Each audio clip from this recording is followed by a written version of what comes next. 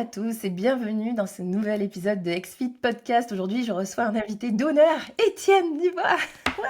Bonjour à tous! Tu peux Bonjour. peut-être pas être considéré comme un invité, non? Bon, bah écoute, on va dire que tu es mon invité aujourd'hui. Ok, Donc, je suis parfait. très heureuse de te retrouver pour ce sujet.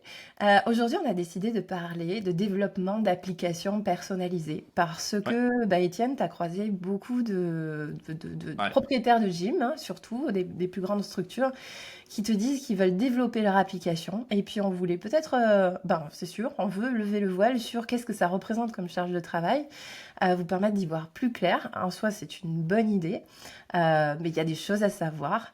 Et exact. donc, on va essayer de répondre à toutes ces questions. Toi, c'était dans quel contexte qu'on t'a posé ces questions-là, toi, Étienne? Très bonne question. À plusieurs reprises, puis t'as dit surtout les grands groupes, mais ironiquement, je dirais aussi des individuels, des gens tout seuls qui parlent d'avoir leur propre application ou de la développer. Des fois du monde qui veulent complètement partir parce qu'ils ont un programmeur ou quelque chose. Donc c'est plusieurs contextes. À plusieurs moments et ça a toujours la même source en tant que tel, c'est toujours le désir d'avoir quelque chose qui est à son image et quelque chose qui contient 100% les fonctionnalités qu'on a le goût en tant que professionnel ou en tant que salle de sport. OK? Donc ça va pas mal toujours être ça, mais on va avoir les grands comptes comme les petits comptes qui vont vouloir leur propre app. Ouais, donc la volonté à la base, c'est vraiment de dire, moi, je veux que les gens téléchargent sur les stores quelque chose qui a mon nom, mon Voilà. image à moi et qui Et j'ai retrouve mon rien trouvé univers. pareil. Et j'ai J'ai rien rien trouvé trouvé. d'exactement identique à ce que je Voilà. souhaite. Et Tout. comme ça, je vais leur offrir dans l'univers numérique la même expérience qui m'est propre que dans l'univers physique. Voilà. C'est Exact. ça? Ça va toujours être ça. Ok. Bon, Ça en va soi, c'est toujours une être ça. bonne idée. C'est une très bonne idée. Sauf que, et je pense que c'est pour ça que tu m'as invité pour faire cet enregistrement, c'est que moi j'en ai développé des applications. Je suis moi-même programmeur à la base, là, tout le monde n'est pas au courant. Mais en fait, la première version d'XFIT, c'est moi qui l'ai programmé. Et encore aujourd'hui, je vais mettre la main à la pâte parfois. Donc en fait, j'ai déjà les idées de grandeur de c'est quoi développer une application et ça ressemble à quoi. Et ce que je remarque dans le profil des personnes qui vont vouloir leur propre app, c'est qu'ils sous-estiment toujours l'effort de développer une application. Ça a toujours l'air facile. Ils ont toujours rencontré une personne qui leur a dit que c'était facile. C'est toujours simple à développer. Et ils ont toujours, souvent ils vont arriver avec une facture, dans le sens avec un bon de commande qui est prêt, qui est déjà défini. Donc ils disent non, non, ça va coûter 10 000. C'est établi. Et là, on en parlera plus tard, mais ça finit toujours en histoire d'horreur. Ouais, il y a souvent des surprises.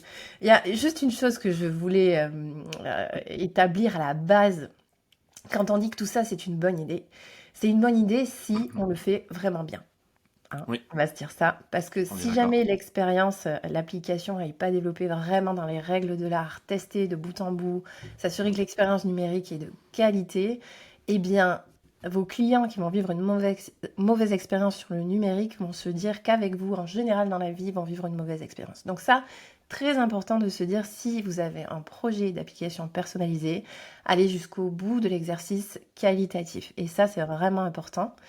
Parce que du coup, bah, il y a du travail derrière cette qualité, hein. Et puis voilà, ce dont on va vous parler, bah, c'est dans l'optique d'obtenir vraiment une application, pas une version alpha, pas une version bêta, pas une version 1, mais une version aboutie, n'est-ce pas? Exact. Exact, exact. Juste pour info, XFIT, ça fait 9 ans qu'on le développe. Il y a encore des choses à faire. On est rendu à la version 3.17.11 de notre application mobile.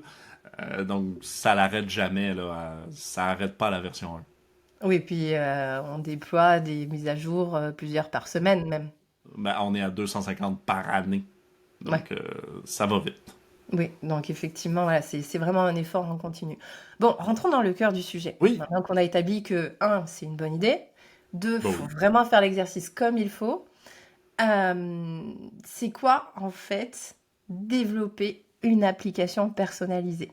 Ça implique quoi? On démarre comment? On Ouais, peut le faire avec qui? Et il y a ouais, quoi comme étape, Étienne? Dis-nous. ouais. Le problème, c'est que il y a beaucoup de choses. Il y a beaucoup, beaucoup de choses. Premièrement, il faut choisir qu'est-ce qu'on veut faire. Est-ce qu'on veut faire une application uniquement pour le client ou une application avec un portail administrateur pour le pro qui communique avec le portail client? Un peu comme XFIT. Je crée un programme d'un bar et l'autre côté, mon client l'obtient. Après ça, il faut se poser la question, est-ce qu'on veut une application mobile à télécharger sur les stores ou est-ce qu'on veut juste un site web? Ça aussi, c'est une vraie question.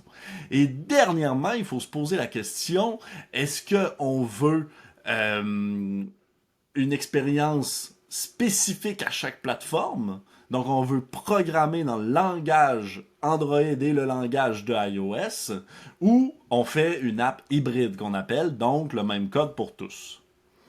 Et en gros, la réalité, c'est qu'entre ces trois options-là, là, si on les jumelle et on fait plein de combinaisons, on va quand même tomber à rien en bas de 20 000. Puis pour une V1, on va monter à 100 000 sans problème pour sûrement ce que vous avez en tête. Un portail professionnel, un portail client avec une application hybride. Donc, on va programmer juste une fois les deux plateformes. Normalement, ça donne une expérience suffisamment bonne, même très bonne, honnêtement. Mais on va être à 100 000 sans problème. Et Donc, on est à la version 1. si j'essaye de traduire dans mes termes, Oui, parce que du coup, tu parles beaucoup de termes techniques, c'est si je suis un studio de fitness ou un coach personnalisé, je veux créer une application où moi, j'ai mon accès de professionnel pour gérer mes programmes, gérer mes messages, etc. Et je fais télécharger à mon client, qu'il soit sur iPhone ou sur Android, une application à mes couleurs, en ayant optimisé le processus de développement, c'est-à-dire que mon développeur, il n'a développé qu'une fois pour les deux stores, c'est oui, ça. exact. Je table sur un investissement de 100 000 euros, 100 000 dollars. Moi c'est toujours ça environ, effectivement, ce que j'ai vu dans le passé. Mais je veux répéter, tu as uniquement une version 1. Une version. Et ça, c'est la clé importante de ce qu'on est en train de parler. Un, donc, il faut débloquer 100 000, qui est déjà une bonne portion. Mais deux, c'est une version 1. Et ça, Exact. c'est très important. Donc, je rebondis sur la version 1. À Ouais, partir du moment où on déploie donc cette version 1, on l'envoie à nos clients, on leur dit bonne nouvelle, regarde, tu peux nous retrouver maintenant sur l'univers du digital. On est très fiers de cette version 1, bien sûr. Le travail n'est pas fini. non, non, pas Qu'est-ce du qui se tout. passe? Des nouveaux téléphones sortent à chaque année. Un exemple concret, c'est le notch, la caméra qui est dans l'écran maintenant. Si vous remontez un peu en arrière, ça n'existait pas ça avant, la caméra qui est dans l'écran, qui fait comme sur les Apple, là, qui fait comme une petite vague dans l'écran. Donc aussi con que ça puisse avoir l'air, une mise à jour de ce genre nécessite une mise à jour de votre app. OK? Donc là, c'est une hyper spécifique visuelle pour vous pour entendre. Mais Apple et Google font des mises à jour qui nécessitent de mettre à jour nos apps. Honnêtement, aux 3 mois, si ce n'est des fois plus rapidement. Donc que ce soit la version, que ce soit la sécurité, peu importe. Donc il faut mettre à jour son app. Ça, c'est le premier point. OK? Donc c'est les mises à jour obligatoires. Et on n'a Second, rien oui, ajouté en termes de fonctionnalité avec on n'a ces rien mises à ajouté, non, jour-là. on a L'app, c'est la maintenu. même. L'app, c'est la même, c'est ça. C'est les mises à jour obligatoires pour maintenir.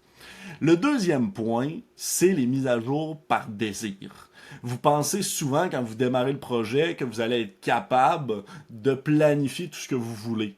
Mais la réalité, c'est que votre version 1, elle va manquer toutes les fonctionnalités nécessaires pour l'amener à la version 2. Et vos clients, je vous le promets, vont toujours trouver des nouvelles idées, des nouveaux besoins. Et donc la question, c'est, vous êtes capable de débloquer 100 000 aujourd'hui? Êtes-vous capable de redébloquer 100 000 pour la version 2 de demain? C'est une vraie question à garder ça en tête. OK? Et troisièmement, les bugs. Donc, ici, on améliore. L'app n'est pas totalement pareille, mais on règle des bugs constamment. Et juste pour info, des appareils Android, il y en a plus de 25-27 000, si je me souviens bien. Vous ne réussirez pas à programmer sur tous ces appareils-là. Et ils sont tous un peu différents malgré tout. Donc, un bug qui n'est pas sur Samsung peut être sur Android, Google, peut être sur le Pixel 8, mais pas sur le Pixel 7. Il faut être capable et vous allez avoir une liste de bugs qui va se créer. Et là, il va falloir les régler. Et là encore, ça n'ajoute pas de nouvelles fonctionnalités. Ça Non, permet juste à l'app de faire ce qu'on a promis de des base. plateformes. Exact, Voilà. exact, exact. Exact. Et pour arriver à détecter les bugs, en plus, évidemment, il faut avoir un moyen pour que les utilisateurs entrent en contact avec nous. Il faut les écouter, il faut Ouais, les analyser. Et voilà, il faut gérer des ouais. tickets de soutien, de support technique, en réalité. C'est du continu, en fait, effectivement. Donc, quand un bug arrive, il faut être capable de détecter si c'est réellement un bug. Si c'est un bug, oui, à quel niveau c'est un bug. Donc, jusque où ça s'étend. C'est sur tous les appareils, uniquement sur Android, uniquement sur iOS, uniquement sur Google Pixel 8. Il faut être capable pour pouvoir ensuite le corriger. Donc, il y a tout ça à mettre en place. Mais aussi, j'aime que tu parles de maintien. On oublie toute la portion des serveurs, on oublie la portion de l'infrastructure, des logiciels qu'il faut que vous payiez pour faire fonctionner votre app, etc. Le plus simple, c'est le 100$ par année ou 100€ par année de Apple. Mais ça ne compte pas vos serveurs, ça compte pas des services comme de connexion que vous auriez pour simplifier votre programmation. Ça compte pas beaucoup de choses autour, là. Ouais, donc il y a beaucoup de frais un peu cachés au départ qu'il faut, voilà, considérer et par la Exact. suite et ne serait-ce, comme tu disais, que pour recueillir, enfin faire ce support technique, au-delà d'arriver à analyser si c'est des réels bugs et créer les vrais tickets de débugage au niveau des développeurs, Ouais. il va y avoir un besoin d'éducation aussi des utilisateurs, même si votre appli, elle fonctionne très bien et qu'elle est ergonomique parce que vous avez travaillé avec un spécialiste en UX, un design d'expérience utilisateur Ça, c'est un en autre amont. sujet, hein. On en reparle tout à l'heure, du coup, mais, vos clients, vos utilisateurs auront besoin d'être guidés dans leur utilisation de l'appli. Ouais. Ça aussi, c'est du temps à prévoir parce que si vous n'êtes pas disponible pour eux, ça peut être une déception. Voilà, donc il Ouais. faut aussi en être conscient. Donc avoir un support peut-être de tutoriel ou comme nous, on a une De académie l'aide en ligne. de l'aide en ligne, c'est ça. Exact. C'est aussi à penser Le comme chat. projet connexe à cette application. Bon, parlons d'expérience utilisateur, Ah Étienne. Tu oui? avais l'air d'avoir envie d'en parler. Oh oui! Non, mais ça, c'est un autre très bon point, l'expérience utilisateur. Donc, le fait que le client trouve votre interface intuitive. Vous avez beau. Moi, j'ai toujours dit, c'est facile de faire un logiciel pour une personne, c'est compliqué pour 100, c'est vraiment compliqué pour 1000. Donc, la réalité, c'est que peu importe comment vous réfléchissez à votre interface, vous allez mal y réfléchir et vous allez devoir faire une V2. Continuellement, il faut améliorer l'interface. C'est pas vrai qu'on est capable de prédire puis de prévoir la façon que les gens vont utiliser l'app. Surtout que vous n'avez pas les moyens de Google de faire des tests utilisateurs avec énormément de monde. Donc la réalité, c'est qu'elle ne sera pas si intuitive, votre app. Et n'oubliez pas, moi, tous les ondes d'Xfit sont très intuitifs pour moi. Je suis dans l'équipe de développement. Donc, pour vous, votre app va toujours avoir l'air intuitive, mais elle ne l'est pas forcément pour vos clients. Et ça, c'est très important de le comprendre. C'est ça. Et puis, c'est vrai une autre casquette, c'est justement la casquette d'analyste. Ouais, Et puis, même au-delà de l'intuitivité, chaque client va vous faire ses propres demandes d'évolution en disant, bah, ce bouton, moi, je le verrai limite rouge ou vert ou bleu. Alors, exact. quel À choix gauche, à faire? droite. Voilà, à gauche, à droite, au milieu, sur la page d'après, etc. Ouais. Donc, c'est vrai qu'analyser le réel besoin derrière le besoin exprimé, c'est aussi quelque chose il faut prendre du temps pour bien le faire, pour, comme dit Étienne, Ouais. développer pour vos 1000 utilisateurs, 10 000, 100, peu importe, mais que tout le monde s'y retrouve. Voilà, donc il y a vraiment des choix à faire, des priorisations à donner au développement aussi. Ouais. Au-delà de toute cette charge de travail, voilà, il y a beaucoup de choix et d'ajustements. Ouais. Est-ce que tu vois d'autres activités chronophages cachées derrière un projet de développement? Mais je vais dire le maintien des serveurs parce que sincèrement, on oublie. Puis c'est une portion que, en tant que client, quand on utilise l'application, on n'a aucune idée. Ouais.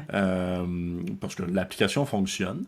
Mais juste pour la base, pour tout le monde, l'application fonctionne parce qu'elle communique à un serveur. Un serveur, c'est un ordinateur dans le cloud, dans le nuage. Et donc, votre application fonctionne pour ça. Mais ce serveur-là, il reçoit des demandes de 100 clients, 20 clients, 10 clients. Il va planter. À Amazon, c'est c'est pas infini, ça plante des fois, ça arrête de fonctionner. Donc, ma question, puis posez-vous la question, mais si demain, à 6 heures du matin, 7 heures du matin, Amazon tombe, down, parce que ça arrive, je vous le dis, ça nous arrive quotidiennement, et que votre app fonctionne plus, parce que vous n'aurez pas la qualité d'infra qu'un XFIT a, là, c'est impossible, parce que XFIT, ça revient automatiquement. Qu'est-ce que vous faites? Qui vous appelez? Qui corrige le problème? Parce que vous n'allez pas vous connecter dans Amazon. Donc, est-ce que vous vous payez une personne, un sysadmin qu'on va appeler temps plein? Sur appel, dans le sens sur appel. Donc un sysadmin, c'est administrateur système, hein. C'est ça, hein? Exact. Je Donc, est-ce que traduis. vous vous payez ça? C'est toutes des questions à se poser, mais parce que de démarrer ce projet-là en pensant que votre serveur ne va jamais tomber down, hors service, c'est de se mettre des œillères et d'avancer dans la mauvaise direction. Il va tomber down, je vous le promets. Puis vous n'aurez pas tout ce que XFIT a en place pour que ça ne paraisse pas au client. Donc, que faites-vous? Et là, on parle de down en passant, mais entre down et fonctionnel, il y a là. Donc des problèmes de performance. Donc ça aussi très bien, ça peut arriver. Votre Tarab fonctionne super bien aujourd'hui, mais dans un an, commence à avoir beaucoup de choses dans la base de données, dans la structure, qui fait que là, elle devient de plus en plus lente. Et donc, qu'est-ce que vous faites? Hein? Qu'est-ce qui se passe avec votre serveur? Un matin, il est plus lent que la veille. Il faut faire une mise à jour du serveur. Puis ça, c'est à toutes les semaines. Qu'est-ce que vous faites? Et ça, Et c'est donc, sans parler de la sécurité. oui, on en parlera tout à l'heure. Et donc, même si on a un prestataire qui gère les serveurs, bah, de toute façon, ça sera une prestation facturée, même si on a la tranquillité d'esprit d'avoir quelqu'un qui le surveille. Donc, c'est aussi à réfléchir. Je trouve vachement intéressant tout ça parce qu'on utilise tous énormément de solutions en ligne tous les jours. On ne se rend pas compte, en fait, que derrière chacune d'entre elles, il y a un travail colossal avec beaucoup de corps de métier, en fait, différents, beaucoup de compétences entre Claire. la compétence technique du développement, parce qu'il y a plusieurs langages de programmation, il faut les maîtriser, voilà, faut bien. Et puis, quand on est plusieurs développeurs, il faut aussi bien se coordonner, non? Sur les Ben oui. branches. Des fois, je t'entends parler de branches avec Patrick. Voilà, c'est pas. Ouais, Ouais, exact. Il y a plein de communication, il y a de la gestion de projets qui est fou, de migrer le code, de faire les mises à jour pour être à jour. Et puis, même si vous faites tout très bien, très très bien, là, même si vous maintenez, vous continuez à investir, etc., en programmation, on dit qu'un code dure 5 à 7 ans. Vous pourriez au pire l'étirer 10 ans, mais peu importe ce que vous faites, dans 5, 7 ans, 10 ans maximum, vous devez recommencer de zéro. de Et zéro. ça, de zéro. Vous recommencez le code. C'est ça la vérité. Ok. Donc, Donc de un toute façon, XFIT, vous comprenez, on est perpétuellement en train de prévoir ce 7 ans-là. On est perpétuellement en train d'améliorer les choses en repartant avec les nouvelles bases de programmation. Mais vous, est-ce que vous allez le faire? La réalité de toutes les apps que je connais, les personnes la laissent mourir pendant 5-7 ans. 7 ans après, justement, ils se ramassent avec quelque chose de désuet, de vieux, d'inutilisable sur la majorité des appareils. Puis oui, il faut recoder, parce que pensons juste à les plus érudits du web, Flash qui existait avant, qui n'existe plus, les fils RSS qui existaient avant, qui n'existent plus. Donc là, si ça vous dit rien, c'est pas grave, mais c'est des technologies qui existaient il y a 10, 15 ans, 20 ans, qui aujourd'hui n'existent plus. C'est la même affaire. Demain matin, il y a des technologies qui n'existeront plus, qui ne seront plus supportées. Pensons juste aux cookies. Les cookies étaient fort utilisables il y a 10 ans. Ils sont de moins en moins aujourd'hui. mhm, Donc, exact. 7 ans, c'est le délai dans lequel la technologie doit être renouvelée, presque de zéro. Ok. Donc, si jamais on envisage un investissement de développement d'app, de toute façon, dans 7 ans, c'est à refaire. Oui, En gros, c'est ça que tu dis. en gros. On a plein de bonnes nouvelles pour vous aujourd'hui. Non, mais ceci étant dit, on a quand même dit que c'était une bonne Oui, idée. C'est pas que c'est infaisable, c'est juste qu'il faut être conscient de tout ce qu'il y a derrière, en termes de compétences techniques, d'interface, de design d'expérience utilisateur, de tests, de débogage, de soutien de technique, tout. d'académie, de tutoriels et de sécurité des données dont on n'a pas encore Ouais, parlé. Comment s'assurer aussi, parce que c'est une responsabilité quand on est un professionnel, que les données des clients sont sécurisées, qu'on est conforme aux règlements en place. En Europe, on a le RGPD. On manipule quand même pas mal de données santé dans le fitness, malgré tout. Ouais. Donc, il faut l'hébergement de données santé aussi. Mm. Est-ce qu'il y a d'autres éléments de sécurité à réfléchir? Et Non, mais comment ça, on moi, je s'assure pense. de tout ça, en fait? Ouais. Puis ça, je pense qu'on peut faire un très bon exemple. Un test de pénétration qui est un test d'une personne externe qui va essayer de rentrer dans votre système, ça coûte 5 000 euros. Il faudrait théoriquement le faire 2 fois par année. Je vous mets ça dans votre camp. Est-ce que vous allez le faire? C'est juste. La sécurité, c'est un coût de A à Z, mais le jour où est-ce que quelqu'un va partir avec toutes vos données, c'est votre compagnie, c'est l'image de votre marque qui va en absorber les conséquences. Donc ça, il faut juste être au conscient. C'est un peu comme une police d'assurance. Euh, Tant que votre maison brûle pas, c'est un coût, mais le jour où est-ce qu'elle brûle, ben, le jour où est-ce qu'elle brûle pas dans le contexte, vous êtes content d'avoir payé pour les tests de pénétration. Donc il faut faire attention à la sécurité aussi énormément là, qu'on oublie et qui va devenir, je crois, de plus en plus important dans la vie de tout le monde. On va de plus en plus être conscient et conscientisé de l'importance de la sécurité des systèmes dans lesquels on entre nos données. Et on est de plus en plus conscient aussi de la valeur de notre donnée personnelle. Et je pense que ça, Exact. on en entend énormément parler. Et les instances gouvernementales aussi sanctionnent de plus en plus ça. Donc la donnée personnelle a Ouais. vraiment une valeur, elle est très protégée. Comme tu dis, les cookies, ben, ça en fait partie un petit peu, hein, tous ces cookies qui Ouais. maintenant, voilà, on est obligé de gérer les cookies Complètement. d'une certaine façon pour être le plus transparent possible et faire en sorte que la responsabilité de la donnée personnelle, eh ben, elle Ouais. revient sur l'individu. Il a le Mm. droit de faire de sa propre donnée ce qu'il veut. Ça semble être normal, mais les systèmes n'étaient pas tant en Ouais. place Ah jusque-là. non, pas du tout. Maintenant, ça l'est.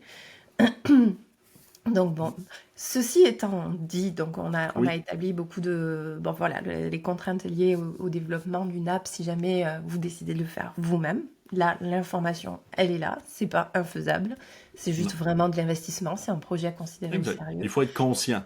C'est vraiment juste C'est ça. exactement ça, il faut être conscient de ça et ne pas prendre le premier devis comme le montant final de la facture. En gros, Exact. c'est ça qu'on se dit. Maintenant, il y a des solutions, en tout cas, nous on propose une solution où vous pouvez déléguer tout ça, au final, Mm. à des gens dont c'est le cœur de métier. Ouais. Exact.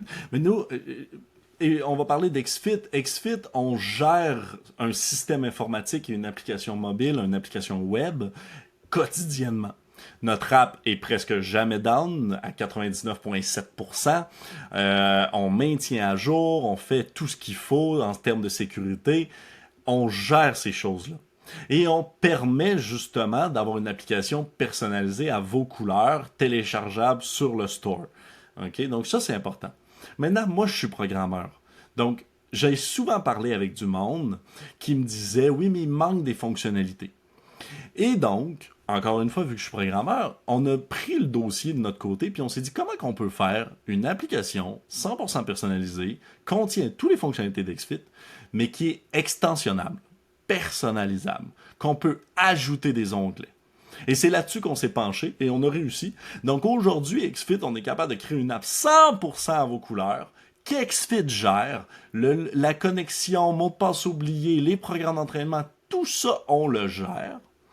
Mais vous ajoutez un onglet spécifique qui permet de voir sa carte de membre ou qui permet de voir les salles de sport près de chez nous ou qui permet de voir mon abonnement et de le renouveler avec votre système interne.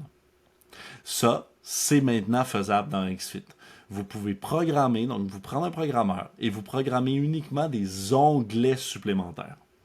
On vient donc de prendre un dossier à 100 000 puis on vient de l'amener à un petit dossier de 5 000. C'est ça. C'est aussi Et du simple. coup, en profitant de toutes les autres fonctionnalités d'XFIT qui ont, elles, enfin, comme Exact. tu disais, le logiciel, ça fait 9 ans qu'il existe, il est Exact. très mature et Exact. voilà. Et là, vous bénéficierez de toutes nos mises à jour qu'on fait quotidiennement, de tous les maintiens de la sécurité qu'on fait. Et vous allez vraiment juste, au final, gérer un onglet.